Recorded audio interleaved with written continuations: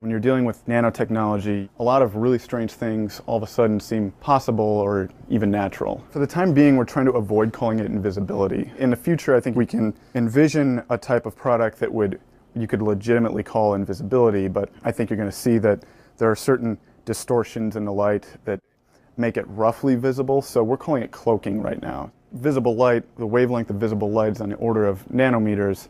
Nanoparticles are on the right scale to sort of interact with that and manipulate it. In principle, it's actually possible to get an object that will guide light around itself. The sphere is this sort of easiest shape to do. Right now we can only cloak convex shapes, and that has to do with the sharp angles. So things like spheres and even cylinders, for the most part, we can do a pretty good job with. Squares, we can do it halfway decent job with, and then when we get to things like triangles where they have the more acute angles, that's where it sort of bends the light in a problematic way. A lot of other research groups have tried to build three-dimensional structures that can do this sort of light guiding, but working with nanoparticles, we prefer to use self-assembly.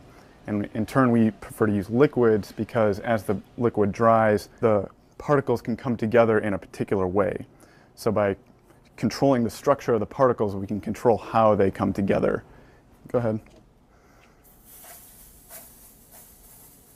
Now it's important to get the droplet size right, since this is sort of a surface area effect, so that's why we're using this atomizer. Of course, it takes a while for the students to get the technique down. If things don't dry evenly, that adds to the distortion of the light. So we just chose to use a simple hair dryer, and it also speeds things up for the demonstration.